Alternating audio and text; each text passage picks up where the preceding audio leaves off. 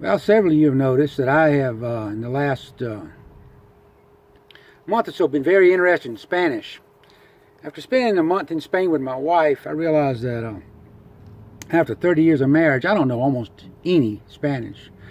I think I test out at about 150 words. And that's embarrassing. I mean, we just never...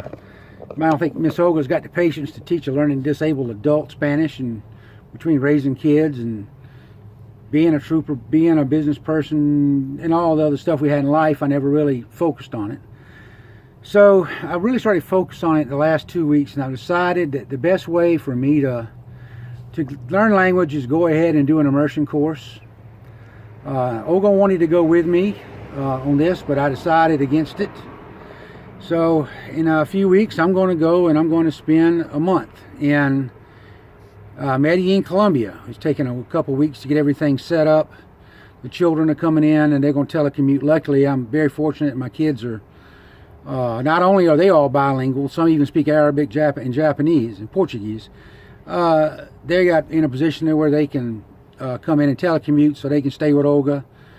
And I'm going to go down to Medellin. I found a little language school down there that's got a place you can stay at. And I'm going to go in the next 45 days and try to be fluent in Spanish. They say a lot of times you can't teach a drowning man how to swim.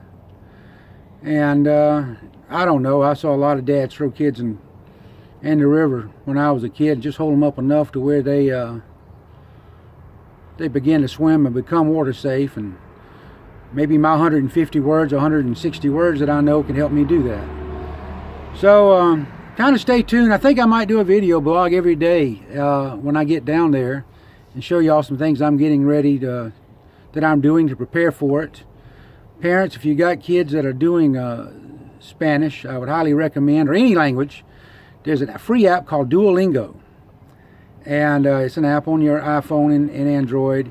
And you can even pay for it and get a really souped up version for $9.95 a month, which is what I've done. And I try to spend at least an hour a day on it. I sounds silly, spending a good bit of my day every day watching children's cartoons in Spanish with Spanish subtitles, so I can try to figure out what's happening.